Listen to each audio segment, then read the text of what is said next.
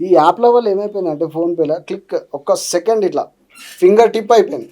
ఇట్లా finger tip ఇవ్వగానే నీకు 10,000 20,000 డిపాజిట్ అయిపోతున్నాయి. ఇంకోటి ఏంటంటే అండి ఆ 10,000 డిపాజిట్ చేస్తే he will play almost 1.5 hour he will get entertainment. అదే కదా, అది ఎట్లా ఎంటర్టైన్మెంట్ అవుతుంది అంటే 10,000 వేయగానే 15,000 అవుతాయి, 20,000 అవుతాయి, 30,000 అవుతాయి. ఓకే, మళ్ళీ ఏమైపోతుంది 5,000 అవుతాయి, మళ్ళీ ఏమవుతుంది ఆల్ ఆఫ్ సడన్ 30,000 అవుతాయి. ఆడు 30,000కి విత్డ్రా పెట్టాడు, 40,000కి విత్డ్రా పెట్టాడు. వాని కోరిక ఏముంటుంది 1 lakh కొట్టాలి. ఓకేనా. ఈ మీన్ వైల్ ఏమవుతుందంటే అండి, ఈ మీన్ వైల్ వాడు ఇంతకుముందు మీకు చెప్పినా కదా శాలరీ అయిపోయింది.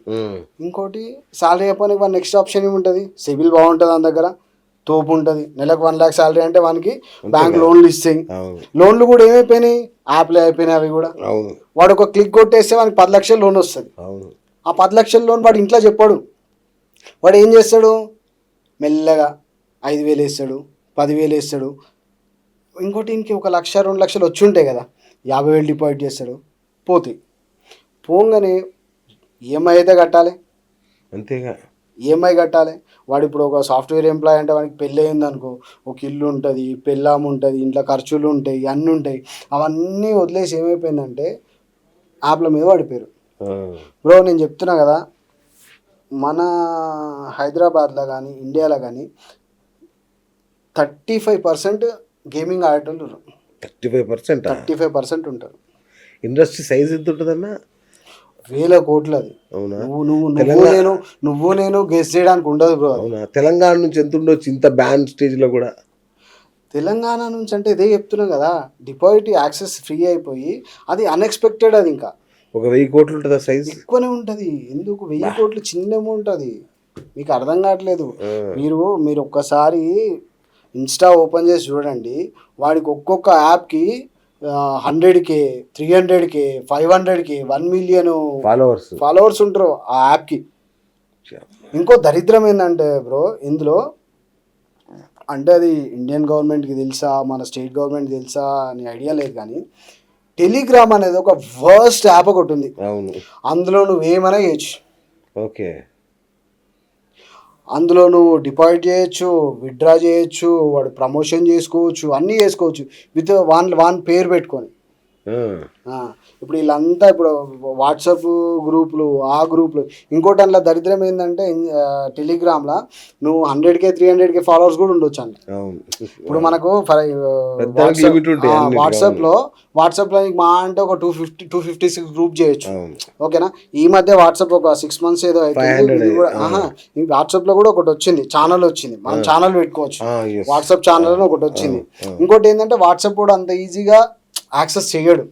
ఇప్పుడు ఇన్స్టాగ్రామ్లో ఈ ఇన్ఫ్లుయెన్సర్స్ వీళ్ళు వాళ్ళు అందరు ప్రమోట్ చేసి దానికి ఏమైపోయింది, ఇప్పుడు రీసెంట్గా ఒక ట్రావెలర్ అవినాష్ అనుకుంటా, ఓకేనా, నేను చాలా వ్యాస్ట్గా ప్రమోట్ చేసిండు. అంటే తనకు సబ్స్క్రైబ్స్ కోసం చేసిండా లేకపోతే దేనికోసం చేసిండో అర్థం కావట్లేదు. మన తెలంగాణ గవర్నమెంట్ కూడా మంచి పొజిషన్లో ఉన్న డిపార్ట్మెంట్ సార్ ఒక అతను సపోర్ట్ చేసిండు, అతను అన్నీ చేసిండు. ఇప్పుడు ఏమైంది అతను, నాకు ఒక చిన్న ఎగ్జాంపుల్ చెప్పండి సార్. ఒక 3 months వ్యాస్ట్గా ప్రమోట్ చేసిండు, నేను లాస్ అయిన వాళ్ళకు డబ్బులు ఇస్తా, అవి ఇస్తా, ఇవి ఇస్తాను. మరి ఇప్పుడు ఎక్కడికి పోయిండు అవినాష్? ఏడుండాడు? వాడు ఉండాలి కదా. ఇప్పుడు నువ్వు ఒక పోరాటం చేస్తున్నా, నేను లాస్ అయిన వాళ్ళకి డబ్బులు ఇస్తా, అవి ఇస్తా, ఇవి ఇస్తాను మస్తు చెప్పిండు. మరి ఏమైంది ఇప్పుడు? చేయాలి కదా. ఇంకొకటి, వాళ్ళు బ్యాక్ ఎండ్లో నియంత్రిస్తారా? నిజంగా ఆడితే డబ్బులు వస్తాయా, లేదంటే బ్యాక్ ఎండ్లో వాళ్ళే డిజైన్ చేస్తారా? ఎవరికి డబ్బులు ఇవ్వాలి, ఎవరికి పడాలి, ఏ టైంలో ఆపాలి, ఇట్లా డిజైన్ అవుతుందా? అంటే అట్లా డిజైన్ అయ్యే సిస్టమ్ అయితే ఏం లేదు బ్రో. నీ ఇంటెన్షన్.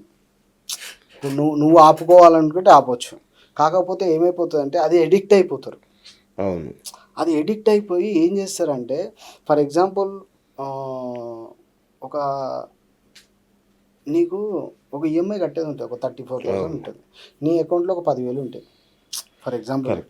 ఆ 10,000 ఏం చేస్తాడు, ఈ 10,000 వేసి ఆడతాడు, అని 30,000 వస్తాయి. 30,000 వస్తే విత్డ్రా పెట్టాడు ఆడు 30,000 విత్డ్రా పెట్టుకొని ఆ 4,000 నువ్వు ఎవరినో ఫ్రెండ్నో ఎవరినో అడిగి తీసుకోవచ్చు. కానీ తీసుకోడు అట్లా, నాకు 35,000 కావాలంటాడు. ఆ 4,000 కోసము ఈ 10,000 కూడా పోగొట్టుకుంటాడు. ఇప్పుడు వస్తాయా అని అంటే అది చెప్పలేము అది. అది ఇప్పుడు ఏమైపోయిందంటే ఇప్పుడు ఏ అయిపోయింది, అన్నీ అయిపోయినాయి. ఇట్లా ఆపడము, బ్యాక్ ఎండ్లో వేలో మానిటర్ చేయడం అనేది లేదండి. అవునా? బెట్టింగ్లలో ఇప్పుడు స్లాట్స్ అనే ఒక గేమ్స్ ఉంటాయి. ఆ, ఆ స్లాట్స్లో నీకు నియంత్రణ అనేది జీరో అని నేను అనుకుంటున్నా, ఓకే. నా క్యాలిక్యులేషన్ ప్రకారం. కాకపోతే ఏంటంటే ఒక 100 స్పిన్కి నీకు ఒక 3-4 జాక్పాట్స్ ఇస్తాడు. కాదన్నా మీరు నాకు తెలిసే ఓకే. హైదరాబాద్లోనే కొన్ని గ్రీన్ మ్యాచ్ స్టూడియోలు సీక్రెట్గా కట్టి బెట్టింగ్ యాప్స్ నడుపుతున్నట్టు నాకు తెలుసు. ఓన్లీ హైదరాబాద్ చుట్టుపక్కల జరుగుతుంది ఈ వ్యవహారం. మీరేమో ఏం జరగట్లేదు అంటున్నారు. అంటే మీకు ఒక ఎగ్జాంపుల్ చెప్పాలి బ్రో. ఇప్పుడు అంటే ఇవి చీటింగ్ యాప్స్ ఇవి? Cheating apps. ఓకే. అంటే ఇప్పుడు ఫర్ ఎగ్జాంపుల్ నేను మీకు స్టార్టింగ్లో చెప్పా, ఏం చెప్పినా అన్న ఇవన్నీ దుబాయ్ నుంచి ఆపరేట్ అవుతాయి, కెనడా నుంచి ఆపరేట్ అవుతాయి, లేకపోతే లండన్ నుంచి ఆపరేట్ అవుతాయి అని నేను మీకు ఎగ్జాంపుల్ చెప్పిన. అది వాస్తవం. కాకపోతే వాడు దుబాయ్ నుంచి ఆపరేట్ చెయ్యాలి అంటే has to bank account in ఇండియానే కదా. మనకి ఇండియాలో అకౌంట్ ఉంటేనే కదా వాడు దుబాయ్ నుంచి ఆపరేట్ చేస్తాడు. దుబాయ్ అకౌంట్ పెట్టుకొని ఆపరేట్ చేయలేరు కదా ఇండియాలో. మన ఇండియన్ గవర్నమెంట్లో మనకు తెలిసిన పర్సనే కదా వాడికి యాక్సెస్ ఇవ్వాలి. ఇప్పుడు మనం ఇప్పుడు ఫర్ ఎగ్జాంపుల్ ఒక ఎల్ఐ ఉండు, ఆ ఎల్ఐ అకౌంట్ ఉంటేనే కదా మనం ఆ ఎల్ఐ అకౌంట్కి అమౌంట్ పంపిస్తామో వాడు అటు ట్రాన్స్ఫర్ చేసుకుంటాడు. ఇప్పుడు ఫర్ ఎగ్జాంపుల్ ఇవన్నీ ఆపరేట్ అయ్యేటి ఎక్కడి నుంచి అండి తెలుసా? గుజరాత్, చైనా నుంచి అంటారే సార్. చైనా నుంచి నీకు ఆపరేట్ ఎందుకు అవుతుంది సార్? చైనాలో నువ్వు ఫర్ ఎగ్జాంపుల్ నేను చెప్తాడు, చైనా అకౌంట్ ఉంది నీది, చైనా అకౌంట్కి మన యూపీఐ యాక్సెస్ ఉంటుందా? ఇప్పుడు మీరు చెప్పిన పద్ధతిలోనే ఇక్కడ ఒక అకౌంట్ పెట్టేసి అటు సెట్ చేసుకుంటారు. సరే ఏడున్నా చైనా చైనా చైనా యాప్స్ అని నేనైతే ఎప్పుడు చూడలేదండి. నాకు ఈ 10 years ఎక్స్పీరియన్స్లో నేను వదిలేసిన కానీ చైనా నుంచి అయితే అవ్వదు. ఇప్పుడు చైనా వాడు వచ్చి ఇక్కడ నీకు మొబిలైజ్ చేసే అంత ఏముండదు. మన వాళ్ళే దుబాయ్లో నీకు ఆపరేషన్ స్టార్ట్ ఉంటుంది. ఇప్పుడు యాప్ రెడీ చేసుకొని యాప్ చేసుకొని యాప్లోంచి డిపాజిట్స్ విత్డ్రాల్స్ ఇవన్నీ చైనా నుంచి ఎందుకు అవుతాయండి? చైనా వాడు ఎవడాడు, వానికి ఏం అవసరము? రైట్. ఒకసారి మీ గురించి మాట్లాడదాం. ఇప్పుడు అమెరికా ఎంబసీలో పనిచేసిన కాక చివరికి బెట్టింగ్ల బాధ ఎట్లా పడ్డాడు, ఎవరు చెప్పారు, ఏంటి అసలు దీని కథ? అంటే నేను ఎంబసీలో ఒక 4-5 years చేశాను థర్డ్ పార్టీకి, ఎంబసీ వర్క్ అంతా. దాని తర్వాత నేను ఇక్కడ హైదరాబాద్కి షిఫ్ట్ అయ్యాను. ఒక 5 years ఢిల్లీలో ఉన్నాను. 5 years తర్వాత ఇక్కడ షిఫ్ట్ అయ్యాక one of my friends movie తీస్తే అందులో కూడా ఒక 10 lakhs ఇన్వెస్ట్ చేశాను అప్పట్లోనే. అంటే 12-13 ఆ టైంలోనే ఇన్వెస్ట్ చేశాం ఒక 10-15 lakhs. దాని తర్వాత ఇట్లా అంతా ఫ్రెండ్స్ వీళ్ళంతా జాబ్ అన్నీ ఆల్మోస్ట్ నేను చాలా జాబ్స్ చేశాను. తర్వాత నేను ఇప్పుడు జాబ్స్ మానేసి ఒక 15 years అవుతుంది నేను జాబ్ చేయడం మానేసిన. ఇట్లనే నా బిజినెస్లు అవి ఇవి ఇప్పుడు సీజనల్ బిజినెస్లు అవి ఇవి చేసుకుంటూ గెటిన్ అవుతున్నాం. అంతేగాని బెట్టింగ్ యాప్ అంటే నాకు ఒక 2012లో అనుకుంటా అండి, ఎగ్జాక్ట్లీ తెలియదు. 2012-13లో మా అక్క లండన్లో ఉంటుంది. అక్కడ ఇవన్నీ రోడ్ల మీద ఆడతారు ఈ స్లాట్స్ గేమ్స్ ఇవన్నీ. లండన్లో రోడ్ల మీద పెట్టుకొని మిషన్స్ ఉంటాయి అన్నమాట. మనం ఎంతైతే డిపాజిట్ చేసుకొని మిషన్లో డిపాజిట్ చేసుకొని మనం అంత టైం ఒత్తుకొని మనకు ప్రాఫిట్ వచ్చిందాక తీసుకొని వెళ్ళిపోవాలి. అట్లా లండన్, కెనడా వీళ్ళంతా